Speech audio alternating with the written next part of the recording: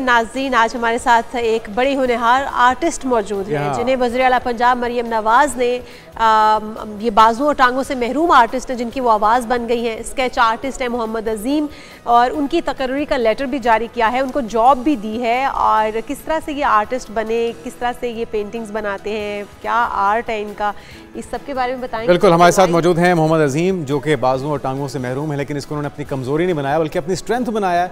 और साथ ही उनके मौजूद हैं नज़र मोहम्मद जो कि उनके कोच भी हैं, 5 साल से ज़्यादा अरसे से उनको कोचिंग कर रहे हैं। कितनी मेहनत करनी पड़ी उनको, किस तरह की इंस्पायरेशन हासिल की अजीम ने उनसे, ये भी उन्हीं से जानते हैं। तो आपको वेलकम कहेंगे पाकिस्तान मॉर्निंग में। अजीम, कितने अरसा लगा ये मकाम हासिल करने में, और सबसे पहले इससे पहले कि आप अपना सफ़र बताएं, जो मुलाकात हुई आपकी सीएम साहिबा से, उसका अहवाल भी बताइए हमारे नाज़रीन को। जी अस्सलाम वालेकुम जी। सबसे पहले मेरी मुलाकात उनसे हुई थी वहाँ पे सोशल वेलफेयर वालों ने मुझे इनवाइट किया था, वो हिम्मत कार्ड की तरफ से मेरा नाम उसमें आ गया था हिम्मत कार्ड में। तो उन्होंने कहा अजीम आपको सीएम साहिबा ख़ुद हिम्मत कार्ड देंगी। तो मैंने कहा ठीक है जी। तो फिर मेरे जहन में आया जी मैं एक आर्टिस्ट भी हूँ, तो क्यों ना इस चीज़ का मैं मुलाकात पहले से तय हो चुकी थी और आप जाते हुए तोहफे के तौर पे उनका स्केच बना के लेके गए? जी ऐसे ही मैं उनका तोहफे के तौर पे स्केच बना कर लेके गया था। तो वहीं पे उनसे मेरी मुलाकात हुई, तो वहीं पे मैंने उनसे बातचीत की। मैम मुझे इतनी स्ट्रगल हो गई है मुझे भागते हुए एक गवर्नमेंट जॉब के पीछे, कम से कम मुझे 10 से 15 साल हो गए मैम, मैं एक गवर्नमेंट जॉब मुझे नहीं मिली। और मैंने ये नहीं, काफ़ी ऐसे जो भी थे वहाँ पे बनने, जैसे कि इनसे पहले भी जो हुकूमत आई उनके भी मैं स्केचेस लेके गया था बनाकर। और मेरा एक ही था थीम था, मुझे जॉब चाहिए। और वो क्या चाहते थे जी हम आपको पे कर देते हैं। मैं कहा मुझे पेमेंट नहीं चाहिए, मुझे लाइफ सिक्योर चाहिए, मुझे काम। ये बड़ी पॉजिटिव चीज़ है कि हमारे चौराहों पे, हमारी सड़कों पे पूरे हाथ और पाँव के साथ लोग भीख मांग रहे हैं, जो काबिल मज़म्मत है। भिखारियों की तादाद बढ़ती जा रही है, लेकिन आप माशाल्लाह मशअले राह हैं हमारे उन नौजवानों के लिए, बच्चों के लिए, बच्चियों के लिए जिनको अल्लाह ताला ने किसी आजमाइश से गुजारा हुआ है। अल्लाह ताला ने अगर कमजोरी दी है तो बहुत सारी सलाहियतों से नवाजा है। हाँ, एक नहीं कई सलाहियतें माशाल्लाह। ये स्केच बनाना, ये पेंटिंग करना, ये शौक कब से पैदा हुआ अजीम? जी ये शौक़ तो मैं छोटा सा था, स्कूल में गया था, वहाँ पर वो भी स्पेशल बच्चों का स्कूल था, रेंजर्स का।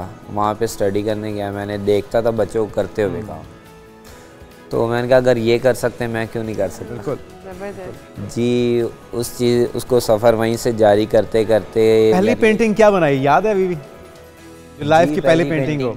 जी याद है मुझे। सेब और आम ही बनाते होते, वही बनाया था। और वो तो आड़े तिरछे हम अभी भी बनाते हैं। लई वो नहीं बनाया था मैंने सिर्फ एक मंजर बनाया था, बिल्कुल अच्छा एक बच्चों की तरह ही बनाया हमने, सेम था। अच्छा, फिर उसकी ट्रेनिंग बाकायदा ली किसी से, टीचर से? जी वहीं पे स्कूल में हमारे एक टीचर थे, उन्होंने ट्रेनिंग दी। और इतना तो नहीं मैं स्टडी कर सका था, फिर मुझे छोड़ना पड़ा, कुछ घर के हालात, आने जाने का मसला हो गया था।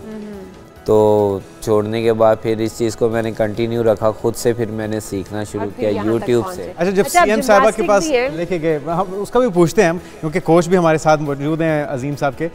जो सीएम साहिबा की स्केच लेकर गए, उनके क्या तासुरात थे, उनको पसंद आई वो स्केच? जी उन्होंने, वो देखती रहेगी थी, वो कहती आपने कैसे बना रहे थे ये चीज़, बाकायदा मेरी। बल्कि हम ये अपने नाज़रीन को दिखा भी रहे हैं कि ये वो स्केच है, आई थिंक यही वो स्केच है। जी नहीं, अच्छा, ये तो मैं वो सर्टिफिकेट आपको दिया? जी वो सर्टिफिकेट मुझे दे। अच्छा, हम चाहेंगे हमारे जो प्रोडक्शन टीम है अगर वो स्केच दिखा सकें सीएम साहिबा का जो तोहफा दिया है, और फिर सीएम साहिबा ने अपने ऑफिस में वो तस्वीर लगाई भी है। बिल्कुल। अच्छा, क्या अब बेसिकली उन्होंने आपको नौकरी भी दे दी है और अब आप बच्चों को आर्ट भी सिखाएंगे अलहमरा आर्ट काउंसिल में, कल्चरल काउंसिल में, ऐसा ही है? ऐसा ही है। ज़बरदस्त। अच्छा, ये तो आपने अपना आर्ट जो है वो हमें बताया कि आप किस तरह से पेंटिंग बनाना सीखा, स्केचिंग सीखी, आप जिम्नास्टिक भी सीख चुके हैं, आपके साथ में कोच मौजूद है। पहले तो वेलकम टू शो आपको भी कहेंगे, आपकी भी बहुत हिम्मत है, आपने जिस तरह से सिखाया, कितना टाइम लगा आपको सिखाने में, और क्या अब प्रॉपर सीख चुके? जी माशाल्लाह इन्हें कुछ ज़्यादा टाइम नहीं लगा माशाल्लाह से। इनके अंदर ऑलरेडी, जैसे कि आपने पहले भी कहा कि अल्लाह ताला कुछ चीज़ें अगर इंसान से ले लेता है तो उसके और सलाहियतें नवाज़ता भी है उससे। तो ये बच्चे में ऐसी क्वालिटी मैंने देखी कि ये आम नॉर्मल बच्चों से भी ज़्यादा जल्दी चीज़ें पिक करता था। तो मेरे अंदर भी एक शौक़ पैदा हुआ और मैंने इसके लिए एक स्टूडियो अपने घर में बनाया और उसके अंदर इसकी चीज़ें लगाई जो इसके मुताबिक थी, जो इसकी बॉडी के हिसाब से लगाई हुई थी। उसमें रिंग थे, पैरेलल बार्स थी, तो इस पे इसने यानी कि बहुत जल्दी इसको पिक किया गेम को।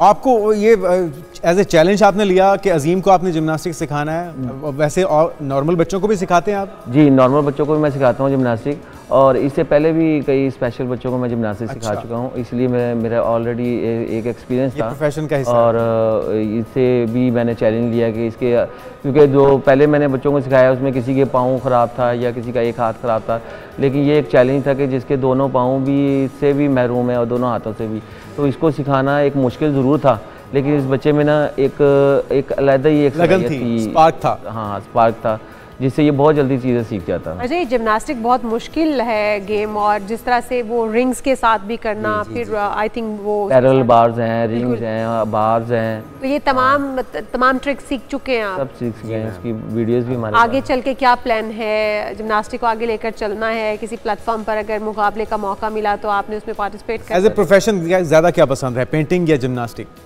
मेरा तो ये दोनों चीज़ों का शौक़ है, और सबसे ज़्यादा तो ये है, ये तो एक वैसी शौक़ है ना बचपन से पेंटिंग का, तो पर ये जो है जिम्नास्टिक है ये तो मेरा प्रोफेशनल भी है, और मैं इसको आगे भी लेके जाना चाह रहा था, पर जिस वजह से मैं नहीं लेके जा पाया क्योंकि मुझे कोई सपोर्ट नहीं मिली थी कहीं से भी। और इस दफ़ा मैंने CM साहिबा से भी रिक्वेस्ट की थी इस चीज़ की कि मैं आगे जाना चाहता हूँ।